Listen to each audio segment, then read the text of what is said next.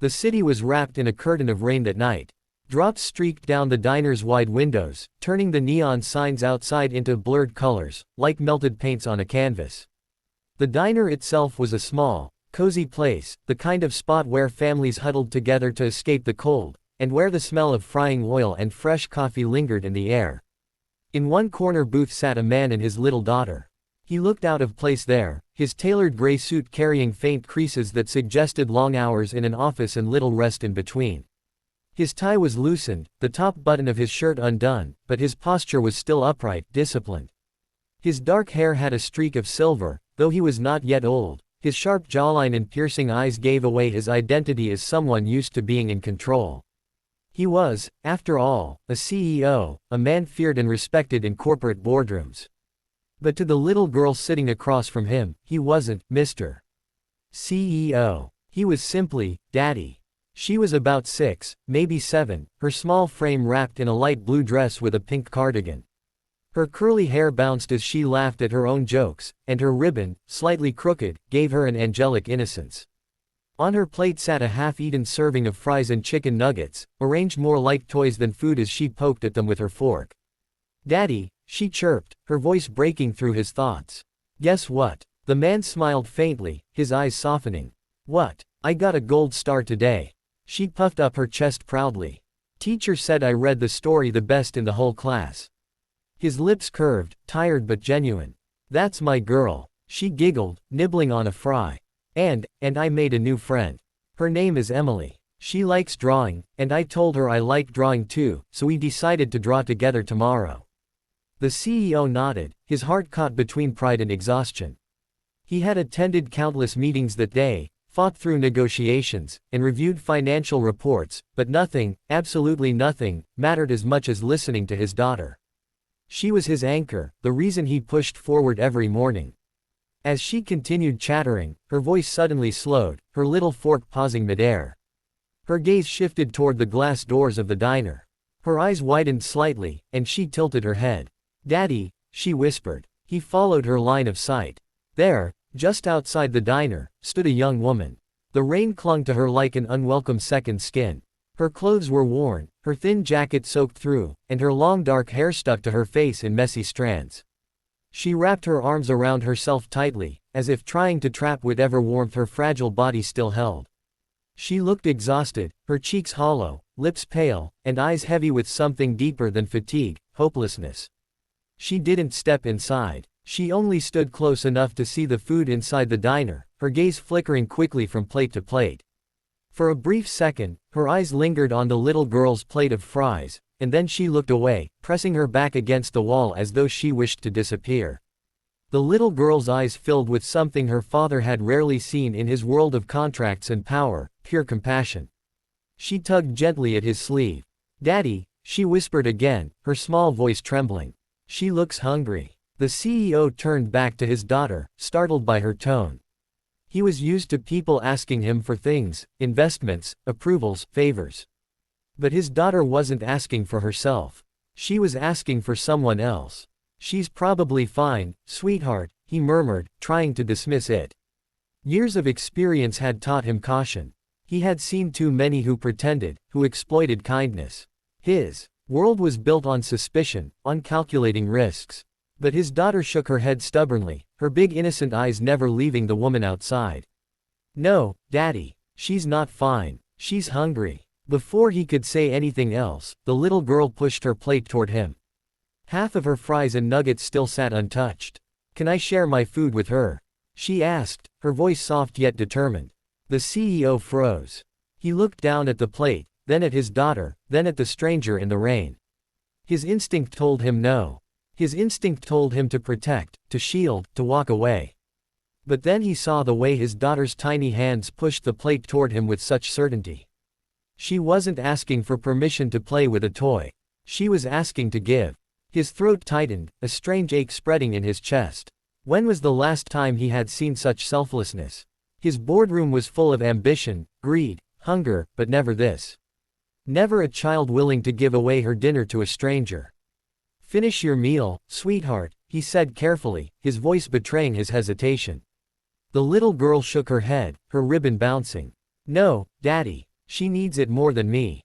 Something broke inside him at that moment. His daughter, with her innocence, had cut through years of walls he had built. Walls of suspicion. Walls of cold logic. Walls of practicality. He exhaled deeply, running a hand over his tired face. Okay, he murmured finally. Her eyes lit up. She grabbed the plate with both small hands and slid off the booth. Her shoes tapped lightly against the tiled floor as she walked toward the glass door. The CEO's heart pounded, not because of fear of the woman, but because of what his daughter was about to do. The bell above the door jingled as she pushed it open, stepping into the rain. The cold drops soaked her hair instantly, but she didn't care. She held the plate out with both hands, smiling shyly at the stranger. The young woman outside flinched, startled. Her wide, tired eyes landed on the little girl, then on the food being offered. Her lips parted, but no words came out. She looked from the plate to the child's innocent face, disbelief painted across her own. Here, the little girl said softly, her voice as gentle as the rain. It's warm. Please eat. The CEO stood frozen at the diner's doorway, watching the scene unfold. His chest felt heavy, his eyes stinging in a way he wasn't used to. For years, he had prided himself on control, on power, on never letting emotions sway him. But now, as he watched his daughter offering her dinner to a starving stranger, he realized something he had long forgotten: the world still had kindness. And it lived, pure and unbroken, in the heart of his little girl. The woman stared at the plate trembling in her hands. Steam curled from the fries and nuggets, carrying a warmth she hadn't felt in days. Her lips parted, but she shook her head weakly, glancing down at the little girl who stood in the rain with her ribbon soaked flat against her curls. I can't take this from you, she whispered, her voice brittle, the kind of voice that cracked from both hunger and pride. The little girl's smile was unwavering. It's okay, she said softly, as if her words carried the authority of truth. Daddy says food makes people strong. You need to be strong. She pushed the plate closer, little fingers curled around its edges. The woman's throat worked as if swallowing stones. Her eyes glistened, tears mixing with the raindrops on her face. Slowly, almost reverently, she accepted the plate. Her hands shook as she brought a fry to her lips, tasting salt, oil, and warmth all at once. It was more than food, it was dignity. Her voice broke as she whispered, "Thank you." Inside the diner, the CEO had stepped closer to the doorway, rain dotting his shoulders. He watched silently, his heart clashing against years of instinct. In the boardroom, kindness was weakness. Mercy was a liability. But in this moment, watching his daughter stand tall in her innocence, he realized something he hadn't wanted to admit: she was teaching him. The woman took cautious bites, as though afraid the food might vanish if she ate too quickly. Her eyes flickered toward the man standing at the door, his imposing figure outlined by the neon glow. She recognized the authority in his stance. He was not someone used to being questioned. Yet his gaze was softer than she expected, not judgmental but searching, as though he was trying to understand her story without words. Finally, he stepped forward, his polished shoes splashing in the puddles. His deep voice carried over the rain. "Do you have anywhere to go?" The woman froze, clutching the plate tighter. She shook her head faintly, strands of wet hair sticking to her cheeks. I'll be fine," she murmured, though the lie was transparent. "Don't worry about me." Before he could respond, the little girl tugged at his sleeve again, her small voice pleading. "Daddy, can she come with us? Just for tonight, please." The man's jaw tightened. He looked down at his daughter, then back at the woman.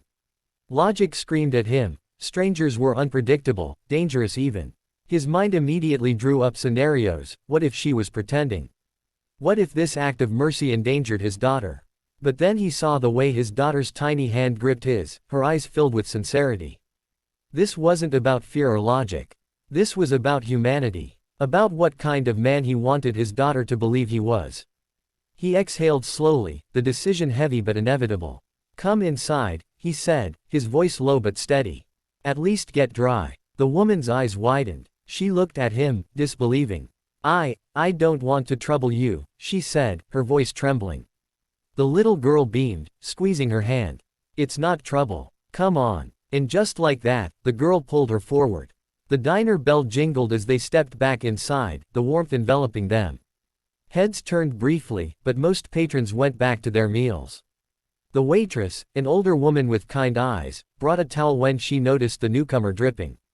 The young woman hesitated, but the CEO gave a slight nod, and she accepted it, drying her hair and shivering less as the heat from the diner seeped into her skin.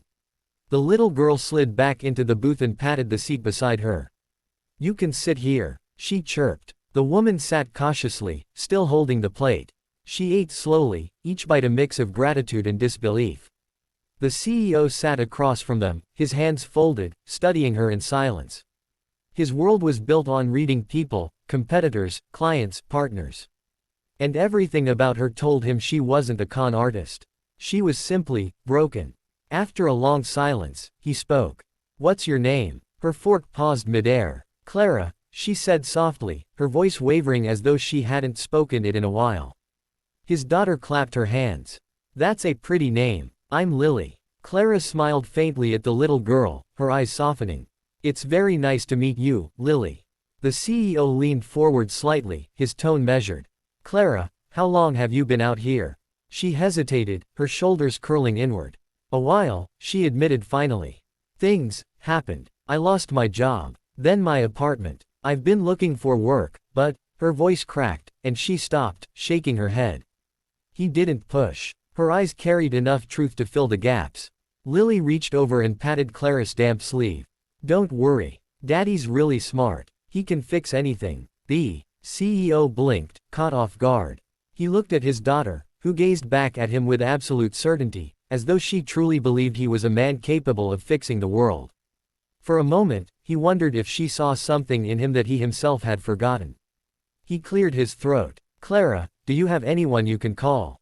Family? Friends?" Clara shook her head slowly. "No one left," she whispered. The silence that followed was heavy. The CEO glanced at his daughter, who was watching Clara with wide, worried eyes. He realized that if he turned Clara away now, it wouldn't just be Clara who was left out in the cold, it would be his daughter's belief in kindness. He leaned back, exhaling. "All right," he said at last. "For tonight, you'll come with us. You'll have a roof over your head." Clara's eyes filled with tears. She lowered her head, her voice breaking. I don't know how to thank you." "You already did," he replied quietly, glancing at his daughter. "By reminding me what really matters." Lily grinned, clapping her hands again.